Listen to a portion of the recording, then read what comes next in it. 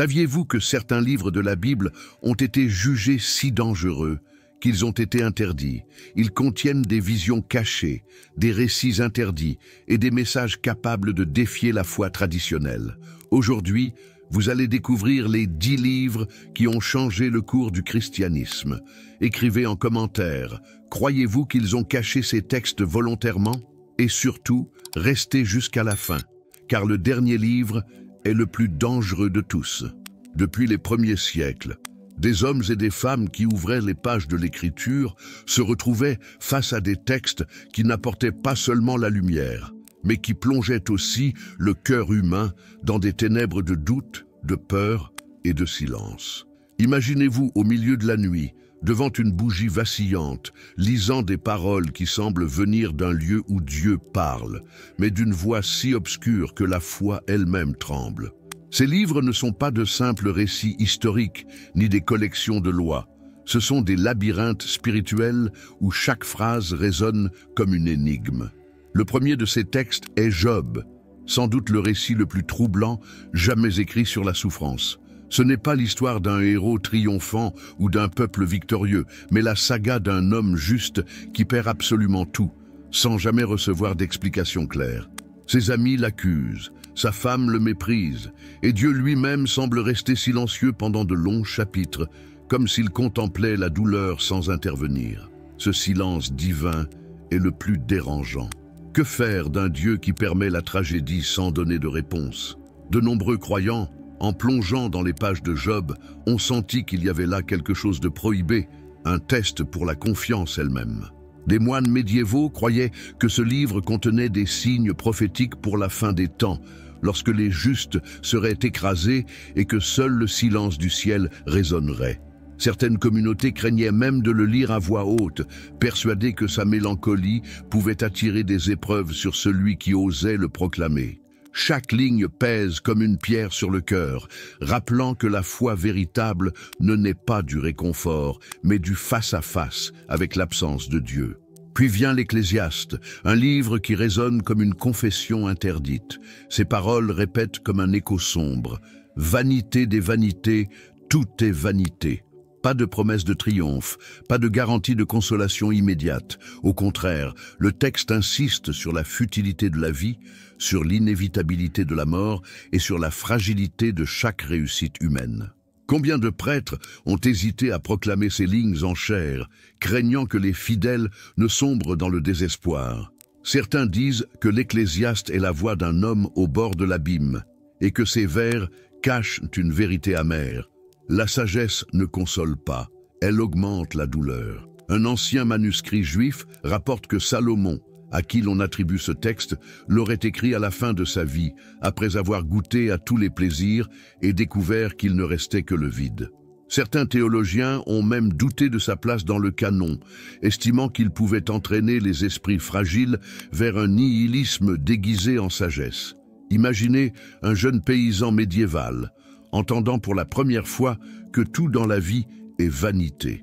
Le travail, la richesse, même la quête du savoir. Le choc pouvait être dévastateur. On conseillait d'ailleurs de réserver ce livre aux plus mûrs spirituellement, comme un vin trop fort pour des palais inexpérimentés. Et aujourd'hui encore, sa lecture glace la poitrine, comme si l'on faisait face à une vérité que personne ne veut entendre. Tout passe, et peut-être que rien n'a de sens. Mais peut-être rien n'est-il aussi dérangeant que les pages du Lévitique. Un livre rempli de lois et de règles si étranges qu'elles semblent appartenir à un autre monde. Lois sur la pureté rituelle, sacrifices sanglants, punitions sévères pour des fautes qui paraissent aujourd'hui insignifiantes. Pour certains, c'est un manuel d'obéissance absolue. Pour d'autres, c'est le portrait inquiétant d'un Dieu exigeant du sang pour être apaisé. Imaginez-vous dans le temple, entouré par l'odeur âcre du sang brûlant sur l'autel, tandis que les prêtres exécutent des gestes précis, offrant des vies innocentes en paiement des fautes humaines. Voilà l'atmosphère du Lévitique, un voile de fumée où la sainteté et la terreur marchent ensemble. Certains rabbins auraient pleuré en enseignant ce livre aux enfants, sachant que ces mots pouvaient semer la peur plus que la foi. Pourtant, des traditions secrètes affirmaient que derrière ces lois rigides se cachaient des clés. Chaque sacrifice n'était pas qu'un rituel, mais un code, un symbole de ce qui devait s'accomplir à la fin des temps.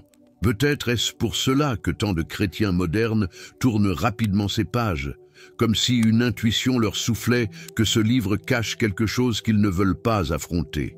Et enfin, Jérémie, le prophète des larmes. Ces pages sont remplies d'annonces de destruction imminente, de villes réduites en ruines, de peuples condamnés par leur infidélité.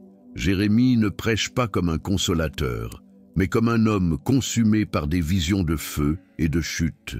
Imaginez sa voix résonner dans les rues de Jérusalem, annonçant la destruction du temple et l'exil du peuple élu.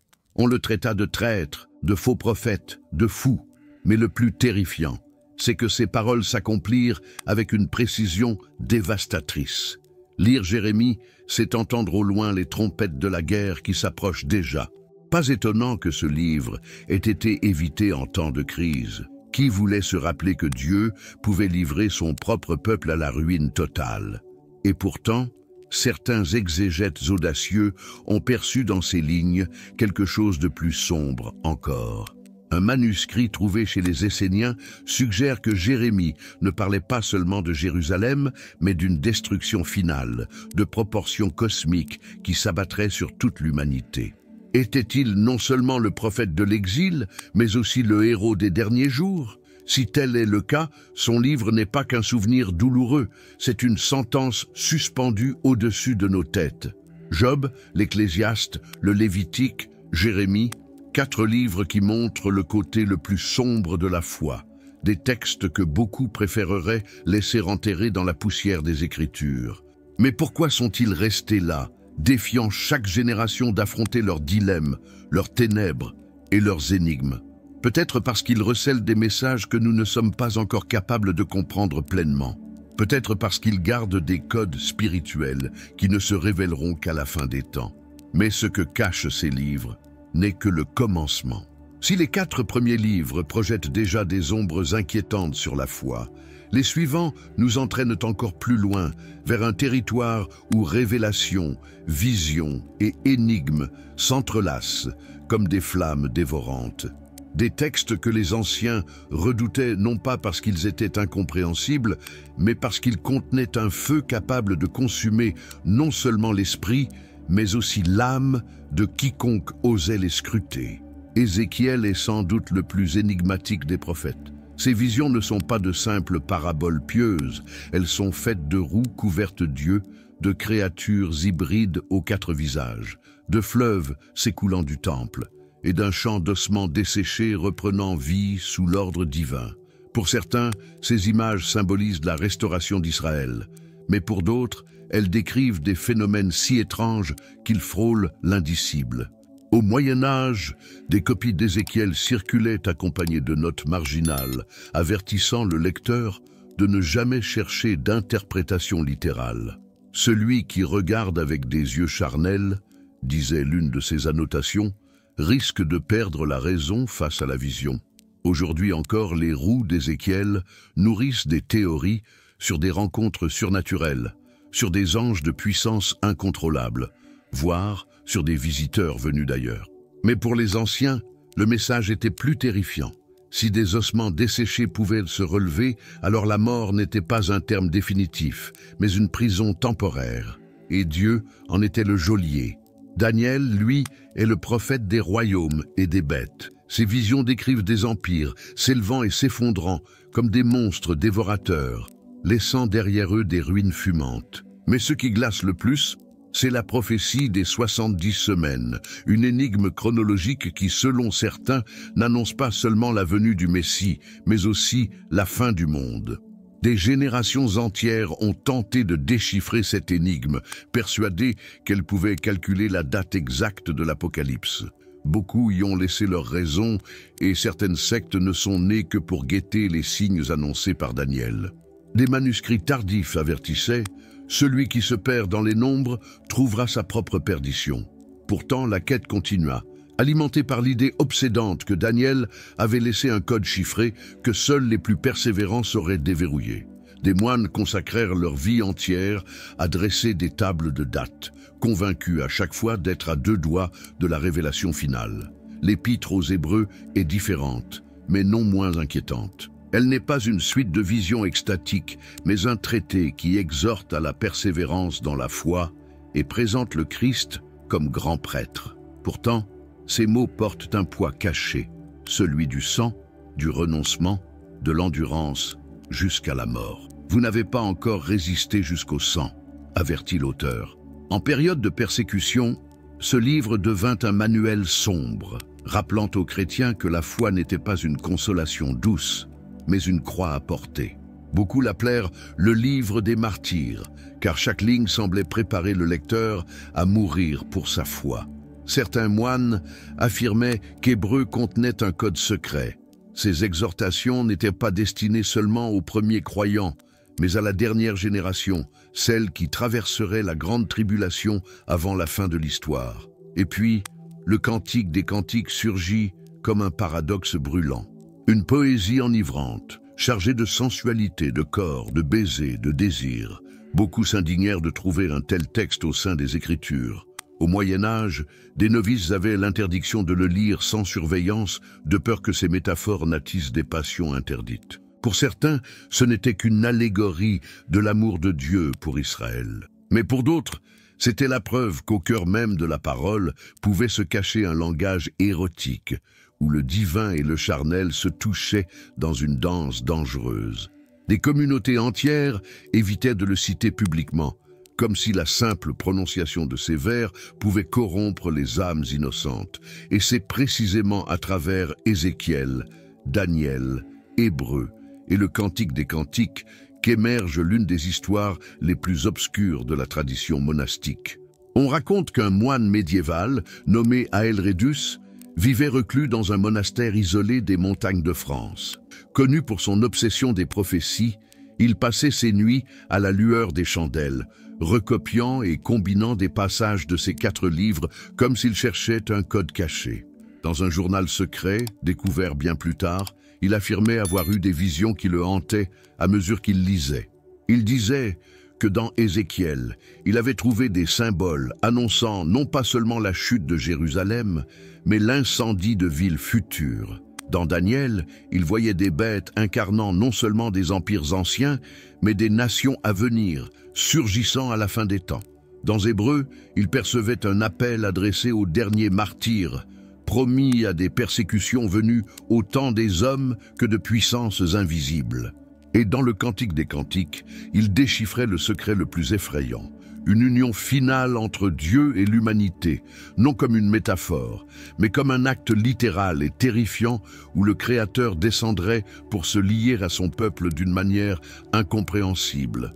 On dit qu'Aelredus finit par sombrer dans la folie. Des témoins racontent qu'il voyait des silhouettes lumineuses apparaître dans sa cellule, répétant des versets dans des langues inconnues. Ses supérieurs jugèrent ses écrits trop dangereux et ordonnèrent leur destruction. Mais une copie aurait survécu, cachée dans les souterrains d'un monastère, et mentionnée des siècles plus tard par des érudits qui refusèrent d'en révéler la localisation. Aelredus jurait que, pris ensemble, ces 4 livres révélaient la chronologie secrète de la fin du monde, un calendrier de l'Apocalypse réservé aux initiés. Certains pensent que ces écrits ont disparu à jamais. D'autres assurent qu'ils circulent encore, transmis en secret par des ordres occultes, attendant le moment opportun pour être dévoilés. Quoi qu'il en soit, l'histoire d'Aelredus demeure un rappel inquiétant. Dans les pages de la Bible peuvent se cacher des vérités que tout le monde n'est pas prêt à affronter. Ainsi, en contemplant Ézéchiel, Daniel, Hébreux et le Cantique des Cantiques, on ne peut se défaire de l'impression de se trouver devant des portes verrouillées. Des portes qui gardent un savoir, capable non seulement d'éclairer, mais aussi de détruire. Le moine médiéval croyait que l'avenir de l'humanité y était codé. Et s'il avait raison, et si ces secrets devaient être révélés aujourd'hui, dans notre propre génération? Mais le plus grand mystère n'a pas encore été révélé. Et si jusqu'ici nous avons parcouru des sentiers obscurs, ce dernier passage nous entraîne directement dans l'abîme du mystère. Car aucun texte biblique n'a suscité autant de peur, de fascination et de débat que l'Apocalypse. Ces pages sont un théâtre cosmique où symboles, cataclysmes et promesses s'entrelacent dans une vision presque insoutenable.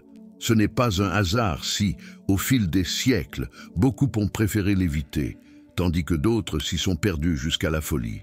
L'Apocalypse n'est pas un livre comme les autres. Il décrit des bêtes à 7 têtes, des dragons, des fléaux qui ravagent la terre, des étoiles qui s'éteignent, des trompettes annonçant les jugements, et un lac de feu où tout prend fin. Mais il parle aussi d'une cité sainte, de rues pavées d'or et d'un règne éternel. Ce mélange de gloire et de terreur transforme chaque lecture en une marche fragile entre l'espérance et le désespoir. Pendant des siècles, l'Église a interdit aux fidèles de l'interpréter par eux-mêmes. On le considérait trop dangereux, car chaque génération y voyait des signes de la fin dans son propre temps, et nombreux furent ceux qui s'y perdirent. Des sectes entières fixèrent des dates précises pour la fin du monde, calculées à partir de ces prophéties. Des chefs charismatiques prétendirent en avoir percé les secrets et entraînèrent des foules dans la panique. L'histoire est pleine de faux prophètes qui firent de l'Apocalypse leur arme la plus puissante. Trop souvent, cela se termina dans la tragédie. Suicides collectifs, villages entiers abandonnés pour attendre une fin qui ne venait jamais. Les 7 sceaux, par exemple, furent interprétés de 1000 façons. Certains y virent des événements déjà accomplis, d'autres y voient encore des jugements à venir. Les trompettes furent associées à des guerres, des famines, des catastrophes naturelles ou même des désastres technologiques. Les 2 bêtes furent identifiées comme des empereurs, des religions ou des systèmes politiques. À chaque époque, un nouveau visage était désigné comme l'Antéchrist. Et en même temps, la promesse de la Nouvelle Jérusalem offrait un réconfort éclatant, contrastant avec l'horreur des fléaux. Ce contraste fit de l'Apocalypse une bombe spirituelle, impossible à ignorer, impossible à maîtriser. Les premiers chrétiens le lisaient en secret, de peur que les Romains n'y voient un manifeste contre l'Empire. Au Moyen Âge, certains évêques avertissaient que trop scruter ces images pouvait conduire à la folie. Même de nos jours, des mouvements entiers sont nés d'une obsession pour ce texte. Certains ont construit des communautés isolées, d'autres ont prédit la fin imminente, et plusieurs laissèrent derrière eux des histoires sanglantes qui hantent encore notre mémoire. Mais l'Apocalypse n'est pas seul dans sa démesure, car il existe un autre livre, considéré par beaucoup comme encore plus dangereux, le livre d'Enoch. C'est le 10e de notre liste, le sommet interdit, le texte qui fut écarté de la Bible officielle parce qu'il était jugé trop explosif. Il décrit en détail la chute des anges, les veilleurs, qui seraient descendus sur la terre pour enseigner aux hommes des secrets défendus, la métallurgie, l'art de forger des armes, la séduction des femmes et les pratiques de sorcellerie. Enoch les accuse d'avoir corrompu l'humanité et d'avoir engendré des géants monstrueux qui remplirent le monde de violence. Ce n'est pas seulement une histoire, c'est une accusation. Le mal de notre monde, selon ce livre, ne vient pas seulement des hommes, mais de révélations qui n'auraient jamais dû être partagées. Dans l'Antiquité, ce texte était largement connu. Les Juifs le lisaient avant l'époque de Jésus et les premiers chrétiens y faisaient référence. Certains pères de l'Église le citèrent avec respect, mais peu à peu, il disparut des traditions officielles, non parce qu'il avait été oublié, mais parce qu'il était trop dangereux. Sa vision d'ange rebelle offrant un savoir interdit pouvait ébranler la foi du peuple. Pourtant, il survécut, préservé en Éthiopie, recopié dans des manuscrits clandestins, transmis comme un secret brûlant. Le livre d'Enoch ne s'arrête pas à la chute des anges. Il décrit des voyages célestes, des rencontres avec des êtres de lumière, des visions du trône divin et même des calendriers mystérieux qui annonçaient la fin du monde. On comprend aisément pourquoi beaucoup y ont vu un code apocalyptique. Imaginez un moine médiéval persuadé d'y découvrir la date du jugement dernier. Imaginez des communautés entières, tremblant à l'idée que les veilleurs continuent encore d'influencer l'humanité en secret. L'Apocalypse de Jean décrit la fin par des images grandioses. Enoch, lui, en révèle les causes cachées. Selon lui, l'histoire humaine a été contaminée dès ses origines. Voilà pourquoi il fut rejeté. Il ne se contente pas d'annoncer un jugement à venir, il dénonce que la conspiration a déjà commencé depuis le ciel. Certains affirment que ce livre fut écarté parce qu'il aurait changé le christianisme de fond en comble. Si ces révélations avaient été acceptées, la foi n'aurait pas été seulement un combat spirituel terrestre, mais le prolongement d'une guerre cosmique débutée avant l'humanité. D'autres pensent que ces calendriers contenaient la date exacte de la fin et que la révélée aurait provoqué le chaos. Mais le plus troublant, c'est qu'Enoch n'a jamais vraiment disparu. On le retrouve dans les cercles mystiques, dans les sectes secrètes et même dans des théories modernes qui l'associent à des visiteurs venus d'autres mondes. Et si ces anges déchus n'étaient pas seulement des êtres spirituels, mais quelque chose de plus inquiétant encore? En Éthiopie, où il est resté canonique, on le lisait avec crainte et tremblement. On disait que quiconque ouvrait ces pages sans préparation attirait sur lui les forces obscures. En Europe, des fragments circulaient dans les cloîtres, des moines affirmant y avoir trouvé des clés pour comprendre l'Apocalypse de Jean. Son écho n'a jamais cessé. Il est resté comme un avertissement, un murmure interdit. L'Apocalypse et le livre d'Enoch, pris ensemble, sont un chant de mine spirituelle. Chaque verset est une détonation en attente, chaque métaphore un portail vers l'inconnu. Et pourtant, il nous attire, comme si une force invisible nous poussait à franchir le seuil. C'est comme si l'Écriture elle-même murmurait « Oseras-tu regarder ce qui est caché ?» Et voici la vérité que peu osent dire. Parmi tous les textes, c'est le livre d'Enoch qui contient des paroles si interdites qu'elles ne devraient jamais être proclamées publiquement. Il est le 10e et le plus dangereux, celui qui pourrait changer non seulement notre foi, mais le destin de l'humanité tout entière. Il existe un livre qui renferme des paroles interdites, et il pourrait tout changer. Nous arrivons au terme de ce voyage à travers les 10 livres les plus dangereux de la Bible, des textes qui non seulement éclairent, mais aussi bouleversent, effraient et défient la foi. Chacun d'eux est une porte ouverte sur un mystère. Job avec le silence de Dieu face à la souffrance, l'Ecclésiaste avec sa confession amère de la vanité de tout, le Lévitique avec ses rituels sanglants et ses lois incompréhensibles, Jérémie, le prophète des larmes qui annonça la ruine de son peuple. Puis Ézéchiel, avec ses visions impossibles, Daniel, avec sa chronologie apocalyptique qui obséda des générations, Hébreu, avec son appel à tenir bon jusqu'au sang, et le Cantique des Cantiques, avec son langage sensuel et scandaleux.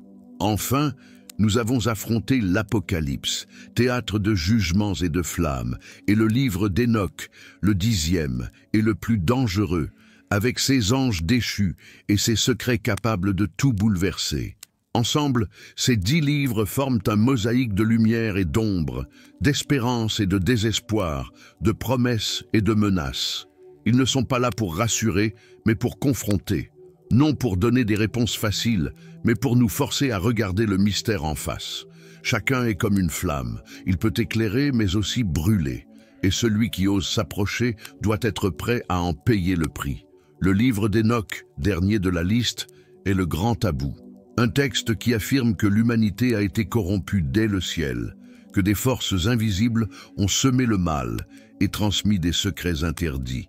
Si cela est vrai, cela signifie que nous ne sommes pas simplement les acteurs de notre histoire, mais les pions d'une guerre cosmique commencée bien avant l'existence de l'homme. Cela signifie que la bataille spirituelle qui traverse les siècles n'est pas terminée et que les échos de ces anges déchus résonnent encore dans notre monde. Voici donc la révélation ultime. La Bible n'a pas été écrite seulement pour réconforter, elle a été écrite pour confronter, pour troubler, pour réveiller. Ces pages portent autant la promesse du salut que le poids d'un jugement inévitable. Et ces 10 livres en sont la preuve éclatante. Ils rappellent que la foi véritable ne fuit pas le mystère, mais qu'elle ose s'y plonger, même quand tout vacille. Mais la question demeure, que ferez-vous de cette vérité? Allez-vous fermer les yeux, ignorer ces révélations et vous réfugier dans des certitudes fragiles? Ou aurez-vous le courage de franchir la porte, d'affronter ce que beaucoup considèrent comme interdit et de marcher sur le chemin du mystère, Ce chemin ne promet ni sécurité ni confort. Il promet des doutes, des tremblements et peut-être des larmes. Mais il promet aussi une révélation qui peut transformer à jamais votre vie. Si vous êtes encore là, c'est que vous faites partie de ceux qui ne reculent pas, de ceux qui osent. Mais sachez-le, le voyage ne s'arrête pas ici. D'autres secrets sont encore enfouis. D'autres symboles dorment, attendant d'être révélés. Et quand ils surgiront, serez-vous prêt à les supporter? Écrivez en commentaire la phrase « J'affronte le mystère ». Ainsi, je saurai que vous êtes de ceux qui ne craignent pas l'interdit et qui osent regarder la vérité en face. Et souvenez-vous, aujourd'hui nous avons révélé le 10e livre, mais le plus grand secret attend encore dans le silence.